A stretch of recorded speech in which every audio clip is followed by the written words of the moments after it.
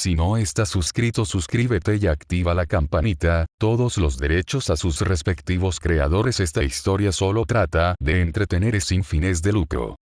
Capítulo 5. El camino hacia el campo de batalla fue todo menos intrascendente. Debido a que la aldea estaba situada en una ubicación bastante apartada de la zona de guerra, para evitar pérdidas innecesarias y tenerla como una garantía de que su raza sobreviviría en el peor de los casos, el grupo de Bardock tardó bastante en llegar, incluso si volaban a una velocidad considerable, por lo que prefirieron ahorrar energías y avanzar a su propio ritmo, aprovechando ese lapso de tiempo para poner en situación al novato, Dovahk. Bardock, como el líder del equipo, fue el principal encargado de explicarle a Dovahk cómo se manejarían las cosas a partir de ahora, tomando en cuenta que el niño era inexperto y necesitaba saber lo más pronto posible cómo actuarían para poder sincronizarse y evitarse problemas innecesarios que pongan sus vidas en riesgo. Fue una acción que muchos considerarían ridícula, ya que no era normal tener un líder que se preocupe por los suyos a tal punto de tomarse la molestia de aconsejar e invertir más tiempo de lo necesario en el acondicionamiento de un nuevo miembro.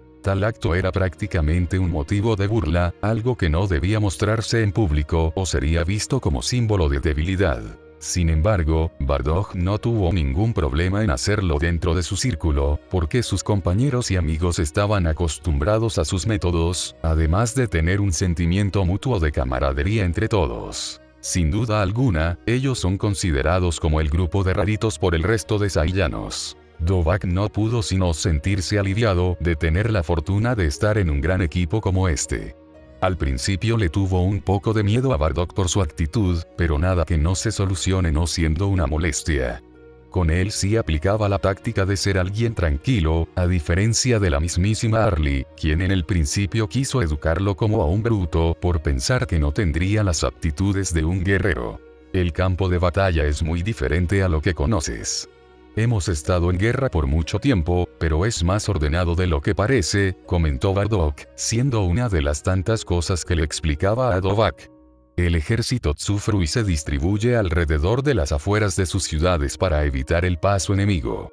Podría parecer que están atrincherados en sus fortalezas, pero no es así. Cuando tienen la oportunidad avanzan para apoderarse de más territorio y colocar sus instalaciones destinadas a diversas funciones.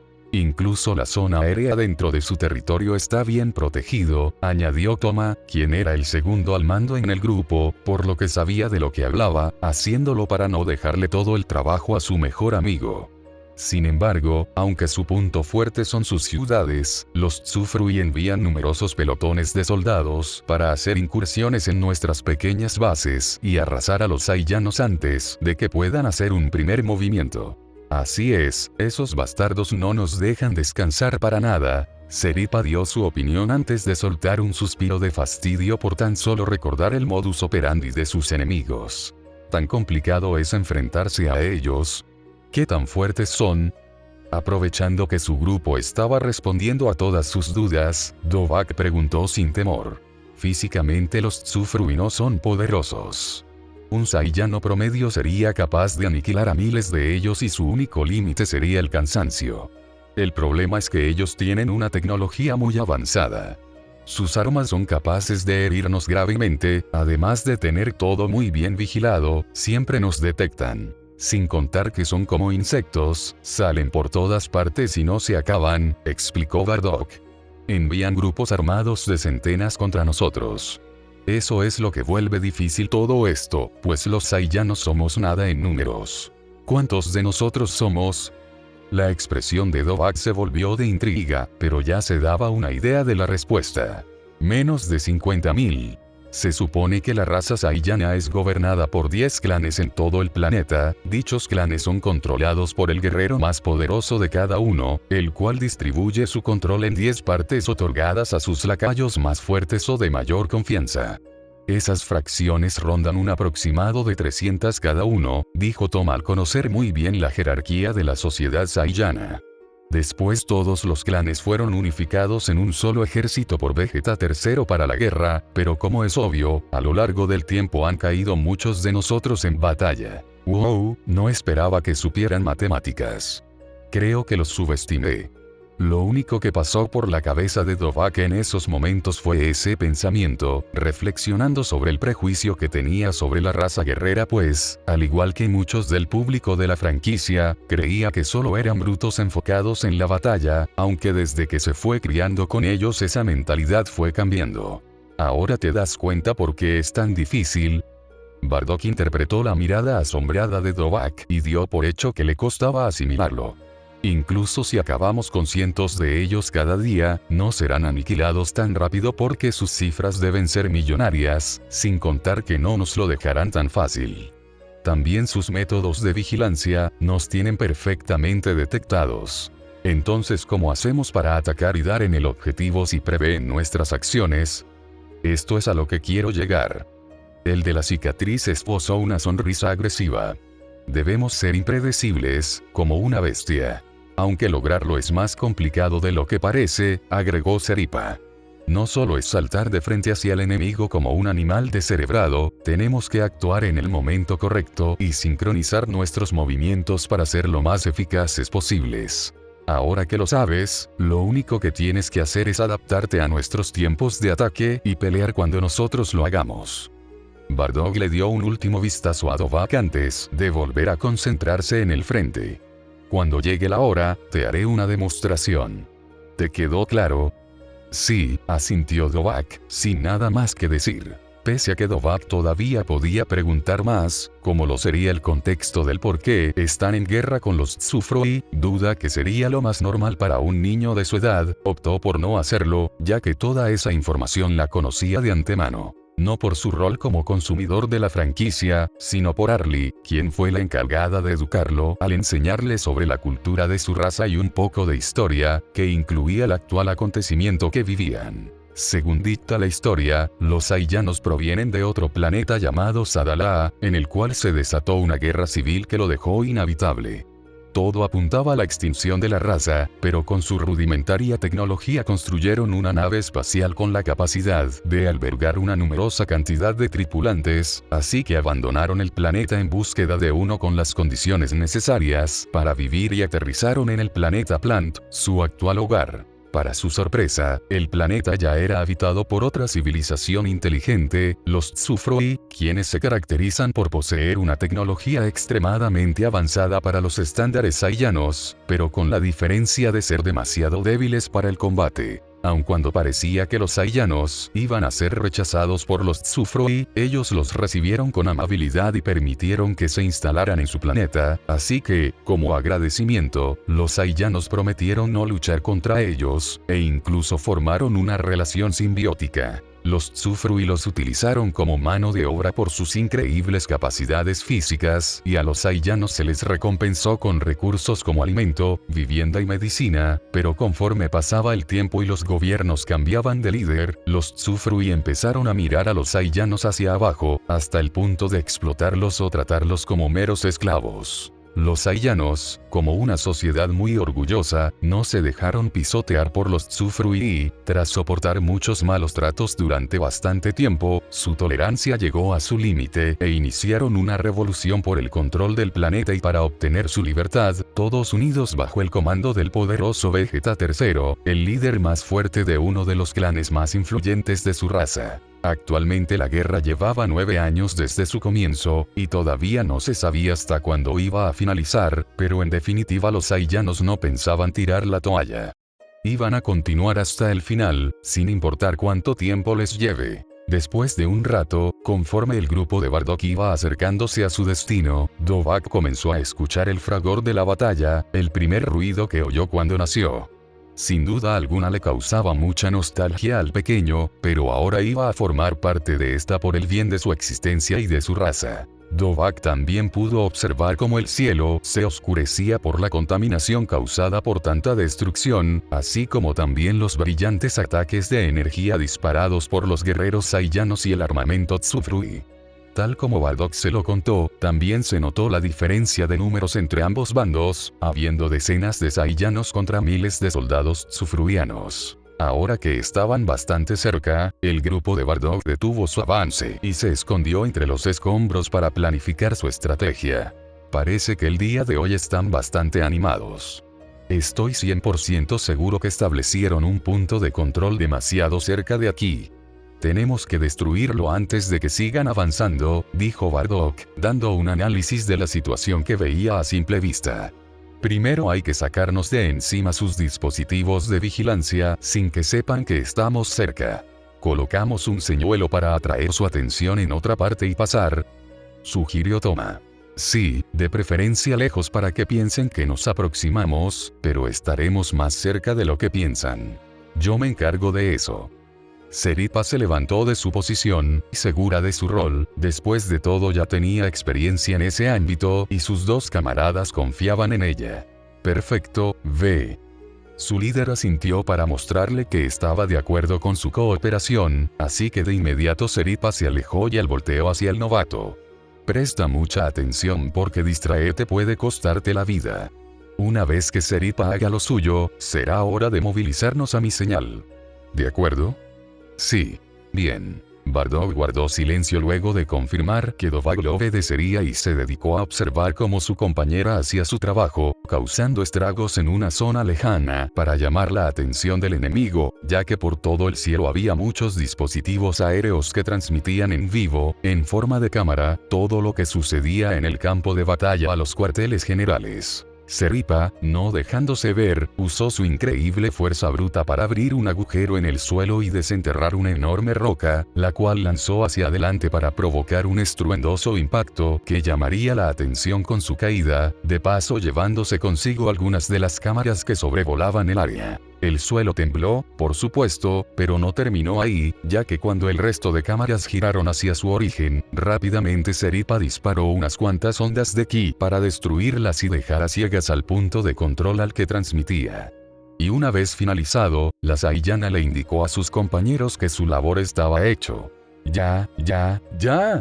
¡Vamos, rápido!, exclamó Bardock con mucha prisa, levantándose junto a Toma y Dovahk para iniciar su asalto contra el enemigo. Sin decir nada, Dovahk se apresuró a seguir las indicaciones de su líder e imitó sus acciones, siguiéndolo por detrás para comenzar con su trabajo sin saber muy bien qué hacer, ya que el pequeño niño se sintió bastante abrumado por lo rápido que tenía que hacer las cosas, y no era algo a lo que estaba acostumbrado. Tenía que estar al pendiente todo el tiempo y era incapaz de reaccionar, a tal punto que todavía no había hecho algún movimiento significativo más que solo observar por detrás a Bardock y sus compañeros, quienes avanzaban rápidamente y con sigilo para no llamar la atención de los soldados Tsufrui más cercanos, que estaban luchando contra otros Saiyanos. Incluso si esto iba a llamar la atención de los Tsufroi, Bardock y los demás atacaron desde sus puntos ciegos para destruirlos mientras estaban distraídos peleando con otros Saiyanos. Las ráfagas de ki tenían la suficiente potencia para pulverizarlos sin dejar rastro o, en caso de no impactar directamente, causar una explosión que los mandaba a volar. Alguno que otro soldado Tsufrui salía con vida de los poderosos ataques sorpresas, pero eran rematados al instante por los Saiyanos. Sin embargo, esto no rompía para nada su formación por la inmensa cantidad de soldados en sus filas, por lo que no era una destrucción significante, así que Bardock pasó de largo. Por otro lado, Dovahk no consiguió realizar alguna hazaña, sintiendo que le quitaban la oportunidad de participar en el combate, o simplemente no era capaz de actuar con rapidez para aportar algo, así que comenzó a frustrarse, ya que aún tenía la oportunidad de atacar de la misma manera pero no sabía si hacerlo ahora sería considerado inoportuno porque podría ponerlos en problemas. ¿De que podría hacerlo? Claro que sí, pero Dovahk no quería poner en aprietos a sus compañeros por sus posibles errores de novato, así que era más difícil tomar decisiones al considerar la integridad de los demás. Ahora es cuando se lamentaba no ser un insensible como la gran mayoría de los Saiyanos. Al diablo con esto. Dovahk se detuvo abruptamente y soltó un suspiro, mirando a su equipo seguir avanzando sin darse cuenta de él, concentrados en su misión. No soy bueno trabajando en equipo. Un sentimiento de fracaso inundó todo su ser. No podía creer que no duró ni un solo día dentro de un grupo, especialmente en el equipo de Bardock, lo cual sería considerado como un honor para los fanáticos de la franquicia, pues de esa manera tendrían la oportunidad de estar cerca de alguien tan increíble como el padre de Goku. Pero en cambio decidió desertar tan pronto, se dio cuenta que no podría seguirles el paso. Vaya decepción era. Su desánimo era tal que permaneció parado en medio del campo de batalla, de tal modo que su existencia pasaba desapercibida entre todo el caos y destrucción. Tan absurdo e irrelevante, ni siquiera era atacado por algún enemigo o disparo accidental. Fue tan deprimente, sobre todo cuando notó que el grupo de Bardock ya se había ido dejándolo atrás. Aunque fue un poco decepcionante, Dovahk sintió que fue el mejor resultado posible, ya que así no tendría que rendirle cuentas a nadie y podría hacer las cosas a su propia manera, sin la presión de tener que cumplir con las expectativas de los demás, para no causarles problemas con su falta de experiencia. Quizás le iría mal actuar solo, pero eso ya era problema para su el del futuro. Por ahora iba a enfocarse en el presente y usaría todo su ingenio para no caer en batalla tan pronto. De ese modo, con una nueva mentalidad, el niño se unió finalmente a la batalla. Estiró la mano y apuntó hacia los soldados enemigos, liberando una poderosa ráfaga de ki. Ahí estaba su primera aportación dentro de esa guerra, uno que fue mal recibida por los Tzufroi, quienes se vieron perjudicados por el poder destructivo de Dovahk y por tanto detectado. Pues bien, manos a la obra. Habiéndose preparado para pelear por sí solo, Dovahk tensó su cuerpo y agudizó sus sentidos, para acto seguido proceder a lanzarse a toda velocidad contra los soldados Tzufroi más cercanos y atacarlos cuerpo a cuerpo. Incluso aprovechó que sus enemigos estaban atónitos de que su atacante fuera tan solo un pequeño niño, lo que le permitió a Dovahk llegar hacia ellos en cuestión de segundos y, sin desperdiciar una sola fracción de tiempo, lanzó contundentes golpes con la suficiente fuerza para destrozar sus huesos sin mucho problema, aunque tuvo que repetirlo un par de veces más, debido a que poseían resistentes armaduras, mas no lo suficiente para soportar más de 3 golpes. Cuando terminó de aniquilar a un grupo de 20 soldados enemigos, se encontró enfrente con otro escuadrón de Tzufruianos, quienes contemplaron tal masacre y ya no iban a dudar de atacarlo pese a tener la apariencia de un niño indefenso, así que apuntaron sus rifles y dispararon rayos de energía, los cuales Dovahk fue capaz de esquivar gracias a sus reflejos entrenados en sus 2 años de práctica con Arlie. Poco a poco Dovahk comenzó a acercarse y terminó a nada de aquellos enemigos que todavía intentaban dispararle desesperadamente, por lo que decidió enseñarles cómo disparar de verdad y preparó una bola de ki sobre su mano, la cual lanzó hacia el suelo para provocar una enorme explosión que los mandaría a volar con su onda expansiva, de paso levantar una espesa capa de tierra para impedir la vista de posibles enemigos cercanos. Una vez que la explosión cesó, Dovahk se detuvo para contemplar el resultado de sus acciones y notó que no había nada. Todos sus enemigos fueron desintegrados con la explosión. Solo quedaron algunos trozos de las armaduras Tzufroi y armamento roto. No lo había pensado hasta ahora, pero se dio cuenta de lo que acababa de hacer. Había matado. No lo había pensado ni 2 veces en acabarlos y como consecuencia ahora sus manos estaban manchadas con la sangre de otras personas. Fue demasiado impactante, un duro golpe a su moral. Jamás había hecho algo como eso en su anterior vida, aunque no es que haya tenido la oportunidad en primer lugar, dado que de eso se encargaban otros sujetos, y él solo era un simple mensajero y peón del más bajo nivel. Antes de reencarnar, a tan solo una edad de 11 años, con el fin de obtener dinero fácil para mantener a su pobre familia, Dovahk se unió a una peligrosa pandilla que cometía todo tipo de crímenes, entre ellos el más destacado la venta de drogas. Dovahk fue utilizado para transportar la mercancía gracias a que su apariencia infantil lo hacía pasar desapercibido, y poco a poco fue ascendiendo hasta poder involucrarse de manera más directa en los problemas de la pandilla, como participar en peleas con miembros de grupos rivales. Muchas de esas peleas, por no decir la mayoría, no salieron bien para Dovahk a causa de su falta de fuerza y habilidad por ser un niño, pero fue obteniendo experiencia y aprendió a pelear con tal de ser de utilidad a sus jefes y ganar más dinero. Sin embargo, él ya no se metía en los conflictos más peligrosos que incluían armas, solamente aprovechaba la oportunidad para actuar desde las sombras y cumplir con los mandados de sus jefes. No obstante, aunque él jamás haya ido más lejos de pelearse a puños con alguien, hubo gente que le guardó rencor y optó por vengarse de la peor forma posible, como lo es el intentar matar a su familia entera. Por supuesto que él no lo iba a permitir, después de todo su familia era el motivo por el que adoptó ese asqueroso estilo de vida del que no podría salirse tan fácil. Hizo todo lo posible dentro de su corto alcance como un simple niño y trató de salvar a su familia, pero terminó siendo él quien pagó las consecuencias de involucrarse con ese tipo de gente y fue apuñalado en una zona vital para terminar muriendo desangrado. En su lecho de muerte, a tan solo 15 años de edad, solo pudo maldecirse y frustrarse, pues moriría con la incertidumbre de no saber lo que harían después esos sujetos, siendo capaces de matar después a su familia ahora que él no podría interrumpirlos. Detestaba su vida. Tuvo la desgracia de nacer en una familia pobre, con un padre ausente, una madre postrada en cama y muchos hermanos menores a los que cuidar. Ni siquiera podría llevar una vida escolar adecuada en esas condiciones, así que tuvo que irse por el camino más fácil de la delincuencia. Los únicos momentos en los que fue feliz era cuando miraba Dragon Ball. Ver a los personajes enfrentarse a los problemas y superar las adversidades le daba el suficiente ánimo para seguir adelante. Era su forma de escapar de la realidad, lo cual irónicamente sucedió y terminó dentro de otra en una situación incluso peor. Hilarante. Todo esto era una basura. ¿Por qué tenía que esforzarse nuevamente en un escenario tan cruel? ¿No podía nacer en una época y lugar más pacífico?